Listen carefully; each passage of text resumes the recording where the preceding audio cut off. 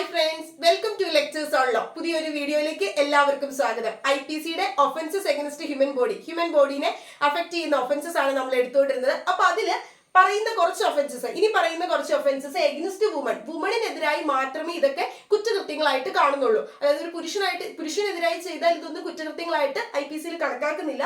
അപ്പൊ അങ്ങനെ പറയുന്ന കുറച്ച് കുറ്റകൃത്യങ്ങൾ എഗൻസ്റ്റ് വുമണിന് മാത്രം വരുന്ന കുറച്ച് കുറ്റങ്ങളാണ് സ്ത്രീകൾക്കെതിരായിട്ടുള്ള മാത്രമുള്ള കുറ്റകൃത്യങ്ങളായിട്ട് പറയുന്ന കുറച്ച് ഒഫൻസസ് ആണ് നമ്മൾ നോക്കുന്നത്. അപ്പോൾ ആദ്യമായിട്ടാണ് നിങ്ങൾ ചാനൽ കാണുന്നതെങ്കിൽ നിങ്ങൾക്ക് യൂസ്ഫുൾ ആയിട്ടുള്ള കണ്ടന്റ് ഇതിലുണ്ട് എന്ന് തോന്നുന്നുണ്ട് എങ്കിൽ ചാനൽ സബ്സ്ക്രൈബ് ചെയ്യുക. IPCയുടെ മറ്റ് ക്ലാസ്സസ് നമ്മൾ ഇട്ടേക്കുന്നത് കണ്ടിട്ടില്ല എങ്കിൽ കണ്ടു നോക്കുക. ഓക്കെ, അപ്പൊ IPCയുടെ ഒഫൻസസ് എഗൻസ്റ്റ് ഹ്യൂമൻ ബോഡിയിൽ എഗൻസ്റ്റ് വുമണിന് എഗൻസ്റ്റ് ആയിട്ട് വരുന്ന ഒഫൻസസ് അതിൽ ആദ്യം നമ്മൾ നോക്കുന്നത് 354. നമ്മൾ അസോൾട്ടും ക്രിമിനൽ ഫോഴ്സും എടുത്തു കഴിഞ്ഞാണ്. ഇനി നമ്മൾ 354 ആണ് നോക്കുന്നത്. 354 എന്ന് പറയുന്നത് അസോൾട്ട് ഓർ ക്രിമിനൽ ഫോഴ്സ്. എന്താണ് അസോൾട്ട്, എന്താണ് ക്രിമിനൽ ഫോഴ്സ് എന്നുള്ള ക്ലാസ് നമ്മൾ ഇട്ടിട്ടുണ്ട്. കണ്ടിട്ടില്ലാത്തവർ കണ്ടുനോക്കുക. അസോൾട്ട് എന്ന് പറഞ്ഞാൽ ഓങ്ങുക, ക്രിമിനൽ ഫോഴ്സ് എന്ന് പറഞ്ഞാൽ നമ്മൾ ആ ഫോഴ്സ് ഉപയോഗിച്ചു. അപ്പൊ അങ്ങനെയുള്ള ക്രിമിനൽ ഫോഴ്സോ അസോൾട്ടോ നടത്തി എങ്ങനെ ഒരു വുമണിനോട് വിത്ത് ഇന്റന്റ്, ഉദ്ദേശത്തോടു കൂടി. ഇന്റൻഷൻ എന്താണെന്നുള്ള ക്ലാസ്സസ് നമ്മൾ ഇട്ടിട്ടുണ്ട്.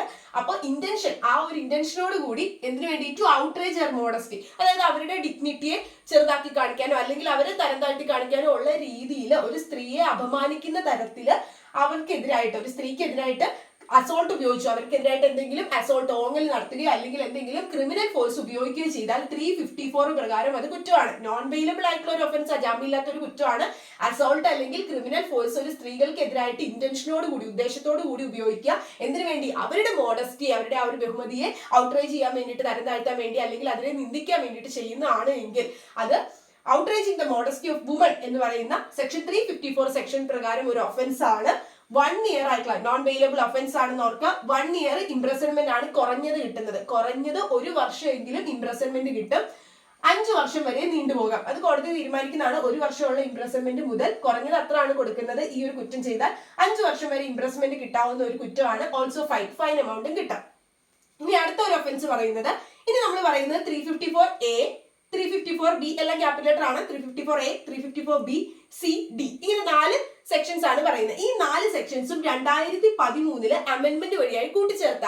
IPC ആദ്യം നിർമ്മിച്ച സമയത്ത് ഈ ഒരു സെക്ഷൻസ് ഇല്ലായിരുന്നു. പിന്നീട് 2013 അമെന്റ്മെന്റ് വഴിയായി, ഭേദഗതി വഴിയായിട്ട് കൂട്ടിച്ചേർത്തതാണ് 354Aയും Bയും Cയും Dയും. ഇതിന് 354A എന്താന്ന് നോക്കാം. അപ്പൊ 354A എന്ന് പറയുന്നത് സെക്ഷൽ ഹരാസ്മെന്റ്. ഇതും സ്ത്രീകൾക്കെതിരായിട്ടുള്ള ഒരു കുറ്റമായിട്ടാണ് പറയുന്നത്. സെക്ഷൽ ഹരാസ്മെന്റ് എന്ന് പറഞ്ഞാൽ നമുക്ക് എന്താ വാക്കിൽ നിന്ന് അറിയാം, സെക്ഷലി ഹരാസ് ചെയ്യുക. എങ്ങനെയാ, അപ്പൊ അതില് 4 കാര്യങ്ങൾ ഇവർ പറയുന്നുണ്ട്. അതാണ് സെക്ഷൽ ഹരാസ്മെന്റ് എന്ന് പറയുന്നത്. അപ്പൊ എന്തൊക്കെയാ നമുക്ക് നോക്കാം. ഒന്ന്, ഫിസിക്കൽ കോണ്ടാക്ട്, അൺവെൽക്കം ആൻഡ് എക്സ്പ്ലിസിറ്റ് ഓവർച്ചേഴ്സ് എന്ന് പറഞ്ഞാൽ എന്താ, ഫിസിക്കൽ കോണ്ടാക്ട്, നമ്മളിപ്പോ ബസ്സിലൊക്കെ പോകുമ്പോൾ നമ്മളെ തോണ്ടുക, ടച്ച് ചെയ്യുക, പിടിക്കുക, അങ്ങനെയുള്ള കാര്യങ്ങളൊക്കെ ചെയ്യുക, ഫിസിക്കലി കോണ്ടാക്ട് ചെയ്യുക. ആൻഡ് അൺവെൽക്കം ആൻഡ് സെക്ഷൽ ഓവർച്ചേഴ്സ്, അങ്ങനെ സെക്ഷൽ ആയിട്ടുള്ള ഉദ്ദേശത്തോടു കൂടി നമ്മളെ തോണ്ടുകയോ പിടിക്കുകയോ അങ്ങനെയൊക്കെ ചെയ്യുന്നതിനെയാണ് എന്ത് പറയുക, സെക്ഷൽ ഹരാസ്മെന്റിൽ വരും. അത് ഒരു ക്രൈറ്റീരിയ ആയിട്ട് പറയുന്ന ഒരു രീതിയായിട്ട്. ഇനി അടുത്ത, demand or request sexual favours. നമ്മളോട് എന്തെങ്കിലും തരത്തിൽ സെക്ഷലി ഫേവേഴ്സ് അവർക്ക് വേണ്ടിയിട്ട് ചെയ്യാൻ വേണ്ടി നമ്മുടെ അടുത്ത് ഡിമാൻഡ് ചെയ്യുക, ഉത്തരവിടുക, അല്ലെങ്കിൽ നമ്മളോട് റിക്വസ്റ്റ് നടത്തുകയോ ചെയ്യുകയാണ്. സെക്ഷൽ ഫേവേഴ്സിന് വേണ്ടി ഒരു വ്യക്തി ചെയ്യുക, ഒരു മാൻ. ഇതൊക്കെ സെക്ഷൽ ഹരാസ്മെന്റ് ഒക്കെ മാൻ ചെയ്താൽ മാത്രമാണ് കേട്ടോ കുറ്റം. അതായത് ഇതൊക്കെ മാൻ ചെയ്യുമ്പോൾ കുറ്റമാകുന്ന കാര്യങ്ങളാണ്. അതായത് ഇതൊക്കെ ഒരു സ്ത്രീ ചെയ്താൽ അവിടെ കുറ്റമായിട്ട് കണക്കാക്കുന്നില്ല. നമ്മുടെ അൺഫോർച്ചുനേറ്റ്ലി നമ്മുടെ ലോ ജെൻഡർ ന്യൂട്രൽ ആയിട്ടല്ല പറയുന്നത്. അതുകൊണ്ട് തന്നെ ഇതൊക്കെ വുമൺ എഗനസ്റ്റ് ആയിട്ടുള്ള ഒഫൻസസ് ആയിട്ടാണ് പറയുന്നത്. ഫിസിക്കൽ കോണ്ടാക്ട് ചെയ്യുന്നു അല്ലെങ്കിൽ അൺവെൽക്കം ആയിട്ടുള്ള രീതിയിൽ സെക്ഷൽ ആയിട്ടുള്ള എന്തെങ്കിലും ഉദ്ദേശത്തോടു കൂടി അങ്ങനെ കോണ്ടാക്ട് ചെയ്യുകയോ, ഫിസിക്കലി കോണ്ടാക്ട് ചെയ്യുകയോ അല്ലെങ്കിൽ സെക്ഷൽ ഫേവേഴ്സിന് വേണ്ടിയിട്ട് ഡിമാൻഡ് ചെയ്യുകയോ റിക്വസ്റ്റ് ചെയ്യുകയോ ചെയ്യുന്നു നമ്മളോട്. അതോടൊപ്പം തന്നെ പോർണോഗ്രഫി അല്ലെങ്കിൽ സെക്ഷൽ ആയിട്ടുള്ള രീതിയിലുള്ള എന്തെങ്കിലും വീഡിയോസോ ഫോട്ടോസോ ഒക്കെ നമ്മൾ കാണിക്കുന്നു.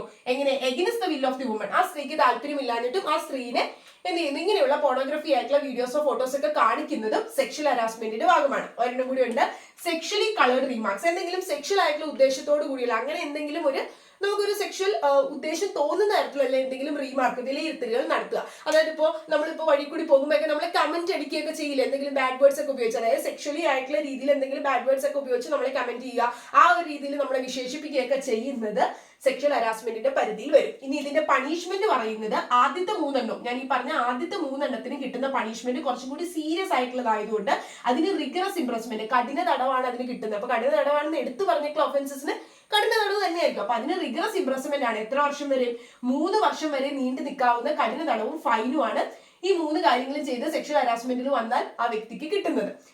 ഇനി ഈ സെക്ഷലി കളേർഡ് ആയിട്ടുള്ള എന്തെങ്കിലും റീമാർക്ക് ആണ് നടത്തിയിട്ടുള്ളെങ്കിൽ 1 വർഷം ഇംപ്രസൺമെന്റ് ആണ് കിട്ടുന്നത്. 1 വർഷം തടവും. അത് റിഗറസ് ആണെന്ന് പറയുന്നില്ല, സിമ്പിളോ റിഗ്രസോ കോടതി കൊടുക്കുന്നതാണ്. അപ്പൊ ഇവിടെ എടുത്തു പറഞ്ഞിട്ടുണ്ട് റിഗ്രസ്, സോ റിഗ്രസ് തന്നെയാണ് കൊടുക്കുന്നത്, കഠിന തടവ് തന്നെയാണ് കൊടുക്കുന്നത്. എന്താണ് റിഗ്രസ് ഇംപ്രസ്മെന്റ്, എന്താണ് സിമ്പിൾ ഇംപ്രസ്മെന്റ് ഒന്നും കണ്ടിട്ടില്ലാത്തവര് നമ്മൾ ടൈപ്സ് ഓഫ് പണിഷ്മെന്റ് ക്ലാസ് വെച്ചിട്ടുണ്ട് IPC-ൽ, അത് കണ്ടു നോക്കാം. അപ്പോൾ 1 year ഇംപ്രസ്മെന്റും ഫൈനും ആണ് ഇവിടെ സെക്ഷലി കളർഡ് റിമാർക്സ് നടത്തിയാൽ കൊടുക്കുന്ന ഈ പണിഷ്മെന്റ് എന്ന് പറയുന്നത്. ഇത് രണ്ടും 354A പറയുന്നത്. ആ ഒഫൻസ് എന്താണെന്നും അതിന്റെ പണിഷ്മെന്റും, സെക്ഷൽ ഹരാസ്മെന്റും അതിന്റെ പണിഷ്മെന്റ് 354A പറയുന്നത്. സോ നിങ്ങൾക്ക് മനസ്സിലായി എന്ന് വിചാരിക്കുന്നു. അടുത്തത് 354B ആണ് പറയുന്നത്. അടുത്ത സെക്ഷൻ 354B. ഇതിൽ പറയുന്നത് അസോൾട്ട് ഓർ ക്രിമിനൽ ഫോഴ്സ്. ഇവിടെയും ഇങ്ങനെയാ, ഓകുകയോ അല്ലെങ്കിൽ എന്തെങ്കിലും ക്രിമിനൽ ഫോഴ്സ് ഉപയോഗിക്കുകയോ ചെയ്തു. ആരോടാ? സ്ത്രീയോട് തന്നെയാ. വിത്ത് ഇന്റന്റ് ടു, എന്ത് ഉദ്ദേശത്തോടു കൂടി, എന്തിനു വേണ്ടി? ടു ഡിസ്ട്രോബ് ചെയ്യാൻ വേണ്ടി, അതായത് അവരെ നേക്കഡ് ആക്കാൻ വേണ്ടിയിട്ട്, നഗ്നയാക്കാൻ വേണ്ടിയിട്ട് നമ്മൾ എന്തെങ്കിലും ഒരു പുരുഷൻ ഒരു സ്ത്രീയെ നഗ്നയാക്കാൻ വേണ്ടിയിട്ട് ബലം പ്രയോഗിക്കുക, എന്തെങ്കിലും ഓങ്ങലുകൾ നടത്തുക, അല്ലെങ്കിൽ എന്തെങ്കിലും ക്രിമിനൽ ഫോഴ്സ് ബലം പ്രയോഗിച്ച് ന്യൂഡാക്കുക, അങ്ങനെയൊക്കെ ചെയ്യില്ല. അപ്പൊ അതൊക്കെ ചെയ്യുന്നതിനാണ് ഇത് പറയുന്നത്. സെക്ഷൻ 354B പ്രകാരമുള്ള ഒഫൻസ് ആണ്. 3 വർഷം, കുറഞ്ഞത് 3 വർഷമാണ് ഇംപ്രസ്മെന്റ് കിട്ടുന്നത്. 7 വർഷം വരെയും തടവ് ശിക്ഷ അത് നീളാം. അതായത് മിനിമം 3 വർഷമാണ് അതിന് കൊടുക്കുന്നത്. ഇങ്ങനെ ഒരു കുറ്റം ചെയ്താൽ മാക്സിമം 7 വർഷം വരെ ഇംപ്രസ്മെന്റ് കിട്ടാവുന്ന ഒരു കുറ്റമാണ്. അതോടൊപ്പം തന്നെ ഫൈൻ എമൗണ്ട്. അടുത്ത് നമ്മൾ 354Cയും Dയും ആണ് നോക്കുന്നത്. അടുത്തത് 354Cയും Dയും ആണ്. 354C പറയുന്നത് വോയറിസം എന്നാണ്. പേരൊക്കെ കേൾക്കുമ്പോൾ വലുതായിട്ട് തോന്നുന്നുണ്ട്, പക്ഷെ നമ്മൾ കേട്ടിട്ടുള്ള ഒഫൻസ് തന്നെയാണ്. വോയറിസം എന്ന് പറഞ്ഞാൽ ഒളിഞ്ഞു നോട്ടം, അത്രേ ഉള്ളൂ. അതായത് ഈ കുളിസിനൊക്കെ ഒളിഞ്ഞു നോക്കുക, അല്ലെങ്കിൽ ഡ്രസ്സ് മാറുന്ന ഒളിഞ്ഞു നോക്കുക, ഫോട്ടോ എടുക്കുക, അത് പ്രചരിപ്പിക്കുകയൊക്കെ ചെയ്യില്ലേ, അതിനെയാണ് വോയറിസം എന്ന് പറയുന്നത്. അപ്പൊ വോയറിസം എന്ന് പറഞ്ഞാൽ ഏതെങ്കിലും ഒരു മാൻ, ഇത് ഒരു മാൻ ആണ് കുറ്റം ചെയ്യുള്ളൂ, പുരുഷൻ ചെയ്യുന്ന കുറ്റങ്ങളായിട്ടാണ് പറയുന്നത്, സ്ത്രീകൾക്കെതിരായിട്ടുള്ള ഒഫൻസസ് ആയിട്ട്. അപ്പൊ ഒരു മാൻ എന്ന് പറയുന്നത് വാച്ച് ചെയ്യുന്നു, നോക്കുകയോ അല്ലെങ്കിൽ ക്യാപ്ചർ ചെയ്യുകയോ ഫോട്ടോ എടുക്കുകയോ ഒക്കെ ചെയ്യുന്നു ഇമേജ് സ്ത്രീകളുടെ. അവരിപ്പോ എന്തെങ്കിലും പ്രൈവറ്റ് ആക്ട് ചെയ്തുകൊണ്ടിരിക്കും, അപ്പൊ ഡ്രസ്സ് ചേഞ്ച് ചെയ്തുകൊണ്ടിരിക്കുന്ന സമയത്താകാം, അതല്ലെങ്കിൽ അവർ കുളിച്ചുകൊണ്ടിരിക്കുന്ന സമയത്താകാം, അങ്ങനെ എന്തെങ്കിലും ആവാം. അപ്പൊ പ്രൈവറ്റ് ആക്ട് ചെയ്തുകൊണ്ടിരിക്കുന്ന സമയത്ത് ഒരു മാൻ ഒരു സ്ത്രീയുടെ പിക്ചർ നോക്കി കാണുക, അല്ലെങ്കിൽ അവരെ നോക്കുക, ഒളിഞ്ഞു നോക്കുക, അല്ലെങ്കിൽ പിക്ചർ എടുക്കുകയോ ഫോട്ടോ എടുക്കുകയോ അങ്ങനെ പ്രചരിപ്പിക്കുകയൊക്കെ ചെയ്യുകയാണ് എങ്കിൽ അത് വോയറിസം എന്ന് പറയുന്ന കുറ്റമാണ്. ഒളിഞ്ഞു നോക്കിയാലും ഫോട്ടോ എടുത്താലും പ്രചരിപ്പിച്ചാലും ഒക്കെ എന്താണ്, ഇതൊക്കെ വോയറിസത്തിന്റെ പരിധിയിൽ വരുന്നതാണ്, ഒളിഞ്ഞു നോട്ടമാണ്. അപ്പൊ അത് ആദ്യമായിട്ടാണ് ചെയ്യുന്നതെങ്കിൽ, ഫസ്റ്റ് കൺവിക്ഷൻ ആണ്, ഫസ്റ്റ് ടൈം ചെയ്യുന്നതാണ് എങ്കിൽ 1 year ഇംപ്രസൺമെന്റ് ആണ് കിട്ടുള്ളൂ. 1 വർഷത്തേക്കുള്ള തടവ് ശിക്ഷ മുതൽ 3 വർഷം വരെ നീണ്ടു നിൽക്കാം. മിനിമം 1 വർഷമാണ്. ആദ്യമായിട്ടാണ് നമ്മൾ ഈ ഒഫൻസ് ചെയ്യുന്നത്, ഒരു വ്യക്തി മാൻ ചെയ്യുന്നത് ആദ്യമായിട്ടാണ് എങ്കിൽ 1 വർഷം, മിനിമം 1 വർഷം, കുറഞ്ഞത് 1 വർഷമാണ് കൊടുക്കുന്നത് ശിക്ഷയായിട്ട്. മാക്സിമം 3 വർഷം വരെ നീടാം. അതോടൊപ്പം തന്നെ ഫൈനും കിട്ടും. ആദ്യമായിട്ട് ചെയ്യുമ്പോൾ ബെയിലൊക്കെ കിട്ടും, ജാമ്യമൊക്കെ കിട്ടുന്ന കുറ്റമാണ്. പിന്നീട് സെക്കൻഡും ചെയ്യുവാണ്, രണ്ടാമത്തെ വട്ടം അല്ലെങ്കിൽ മൂന്നാമത്തെ നാലാമത്തെ വട്ടമൊക്കെ സബ്സിക്വന്റ് ആയിട്ട് പിന്നീട് അത് കുറ്റക്കാരനാണെന്ന് കോടതി തെളിയുകയാണെങ്കിൽ, പിന്നെ അത് ആവർത്തിക്കുകയാണെങ്കിൽ 3 വർഷമാണ് കുറഞ്ഞത് കിട്ടുന്നത്. അത് 7 വർഷം വരെ ഇംപ്രസൺമെന്റ് ആയിട്ട് തടവ് ശിക്ഷയായിട്ട് നീളാം. ഫൈൻ എമൗണ്ടും കിട്ടും. ഇത് നോൺ ബെയിലബിൾ ആയി മാറും. പിന്നീട് ചെയ്ത് എന്തായി കാണും, അല്ലെങ്കിൽ രണ്ടാമത്തെ വട്ടം ചെയ്ത് കഴിഞ്ഞാൽ അത് നോൺ ബെയിലബിൾ, ജാമ്യമില്ലാത്ത കുറ്റമായിട്ട് മാറും. പിന്നെ 354D, പിന്നെ 354Cയിൽ വോയറിസത്തിൽ ഒരു കാര്യമുണ്ട്. ഇപ്പൊ ചിലർ ഫോട്ടോ എടുക്കാനൊക്കെ ആയിട്ട് സ്വയം സമ്മതിക്കും.